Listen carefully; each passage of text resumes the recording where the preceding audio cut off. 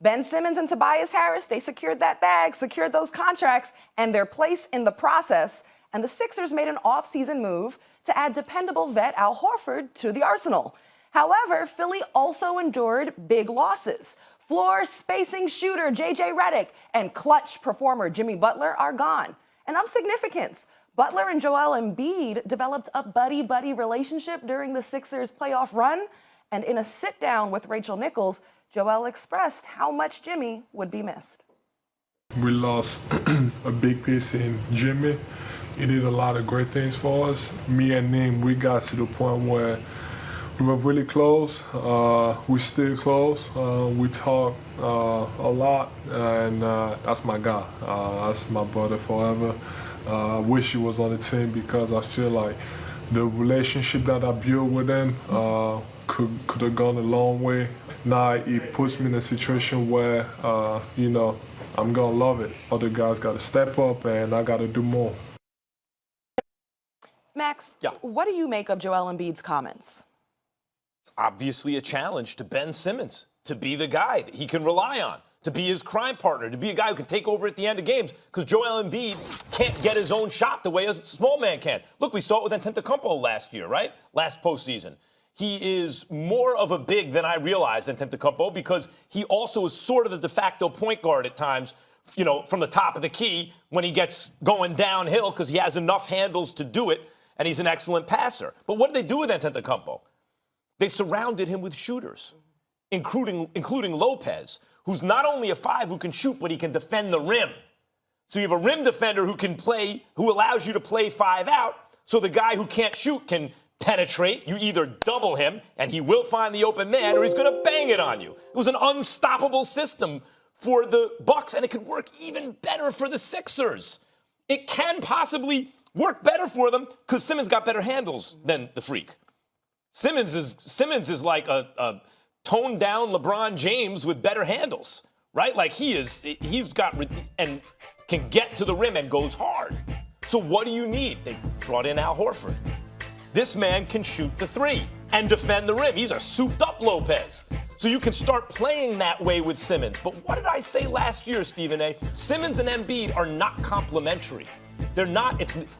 Simmons needs his own team the way the Freak needs his own team in order to really optimize his value. But that's just not the case. So now you have Horford. When Embiid's not on the floor, they can play the way Milwaukee does if they want. Because Richardson, by the way, is an underrated shooter. He's a career 37% shooter from 3, and he shoots 4 or 5 threes a game.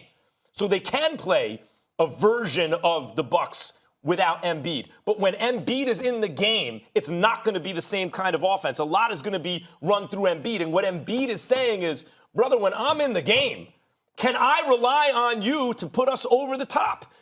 We saw what Jimmy Butler did in the playoffs last year, Stephen A. You brought it up. They had a guy to go take Kawhi on one end and then answer him on the other end. Hey, Ben Simmons, can you be that guy when we need you most? Or are you going to be in the dunker spot because you won't, not even can't shoot, you won't shoot.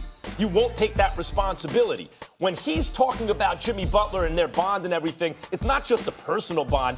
It's what Jimmy Butler did for the team in crunch time. Who's going to do that on this team? Because that's not Richardson. It's not Horford. They're nice players. It's got to be Simmons. You're wrong.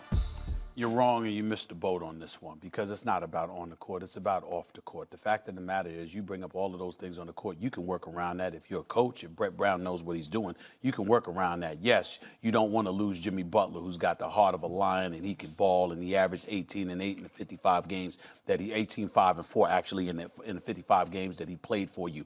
Plus, obviously, they were going to get him the ball in the fourth quarter, which is something he and Brett Brown agreed to. Initially, when he first got there, it wasn't like that. But as the season progressed, Brett Brown had promised them it was going to be about him in that fourth quarter. So you're not wrong there.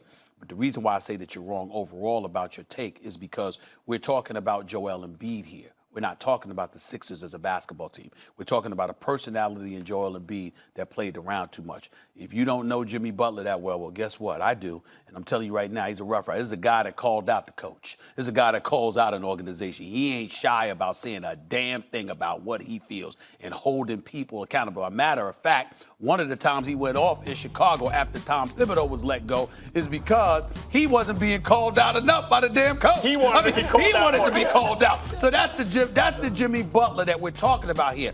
Now you juxtapose that personality to a Joel Embiid. Plays around, fun-loving, talks smack to cats, and then when he gets on the court, he gives it to them when healthy. There's no question about Joel Embiid's game. But in terms of what we both agreed to, seeing him crying when he walked off that court, how badly that loss hurt, and elevating the level of seriousness, I would contend to you that Jimmy Butler being gone puts more pressure on Joel Embiid to step up and produce on the court, which is something he doesn't mind. So now we get to the locker room. And inside that locker room, you've got a bunch of cats who are relatively demure to some degree, even though they're not fake. They're good dudes, all of that stuff. They ain't the rough rider that Jimmy Butler is. They ain't the dude that'll get in Joel Embiid's face and go like this. Look, man, you was soft as hell tonight. Hell you think you doing? Handle your business. Get focused. We need you. What the hell you doing? And call him like that. Tobias Harris is a good brother. He don't have that kind of personality. Ben Simmons don't have that kind of personality. Josh Richardson ain't in no position to have that kind of personality. Brett Brown, as much as he might try, there are still people who believe he's challenging. He's got something to prove as a head coach. You have all of these guys associated with the Sixers, and the one guy, Al Horford's a different animal. I don't know about the personality that he'll get in somebody's face, but I'd like to believe he'll hold for. He's respected, highly respected. I'm just saying that personality that Jimmy Butler was off the court is what you might Joel be right Embiid is talking about. Pardon me. You might be right in terms of his intention. Maybe Joel Embiid in his mind is thinking like, this is really what I mean. I need the locker room, whatever. But the effect is exactly still what I'm saying. If you look at that the starting five for the Sixers, they should be a great defensive team. Not a good defensive team, like an all-time great defensive starting five.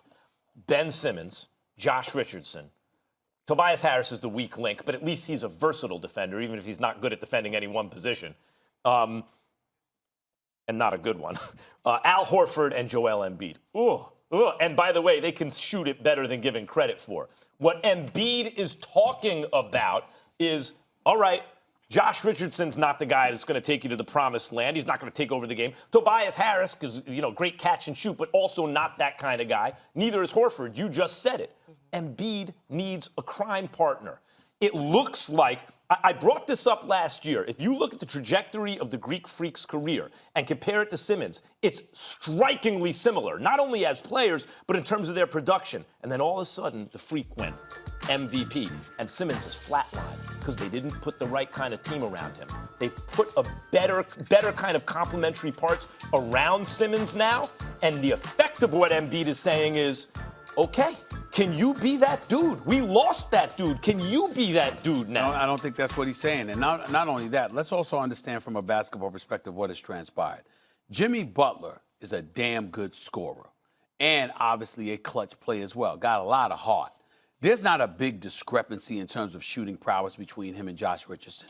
We look at Tobias Harris. Some would say he and Jimmy Butler couldn't necessarily coexist. They expect Tobias Harris to be better with the absence of Jimmy Butler. You got Horford. He could spell for Joel Embiid when Joel Embiid has to sit out games, when he's injured, or even when he's there, but you don't want him to play but so many minutes because you want him to be healthy for when it really, really counts. And can run the floor better than Embiid. Since they haven't been out of the semifinals the last 2 years. Not to mention, one of the greatest strengths about Horford, as you well know, Roz, is his ability to spot up and shoot. He can stretch particularly from the key. Horford can bring the ball up. I understand Horford can do everything. I'm just saying but you wouldn't ask him to with Ben Simmons. Sure, you don't need to. All I'm trying to say to you is that, so in terms of the shooting and finding somebody else, they're elite defensively, and in terms of shooting prowess, they didn't lose much. To me, the only loss is J.J. Redick being gone. But it's not shooting. It's like Richardson, Tobias Harris. Somebody to go Al to Horford. is what you're talking about. Who's going to go get their own shot? Jimmy Butler could play the point. Jimmy Butler could get his own shot. Jimmy Butler could shoot from the outside, rose to the occasion, and defend the other guy's best guy. You might look at it like that. Jared Dudley moment in the Nets 76ers series. Remember when he got all up in his face? There was one guy who immediately came to Joel Embiid's defense. Of course. It was Jimmy Butler. Yes. So, I mean, I think that was and then throughout the playoffs, the two of them would do post-game pressers together. And in sitting with Jimmy Butler and with Joel Embiid, they'd both echo. They were tight. That's my guy. And they both were used to taking a lot of flack from the media. And I think they bonded around that. Jimmy would tell Joel, don't worry about what they're saying. And Joel would listen. And then Jimmy was closing and being clutch. Now, to your point, as we wrap this up, do you think it was in poor taste, though, as we head into a new season, for Joel Embiid to have this national interview, and instead of him to use the moment to say, hey, it's going to be more on me and Ben, he instead talked about how great Jimmy Butler was. To me, that's the past. Well, he was asked a direct question about Butler, so he answered it. But to me, I'm with you on everything you said, which is really reflecting what Stephen A. is talking about. They were besties. They were, he helped them in the locker room, all this kind of stuff. But he didn't stop there. He talked about in crunch time, in the play, he talked about the things that Butler was doing on the floor when it mattered most. And to me, that's a kind of tough love, big brother thing that Embiid's turning to Simmons and going, you going to be that, yes or no? And, not, yeah, Simmons can be that. Let me see you do it. But is he turning to Simmons or is he turning to Brett Brown? Because those of us who cover the NBA always hear about Brett Brown.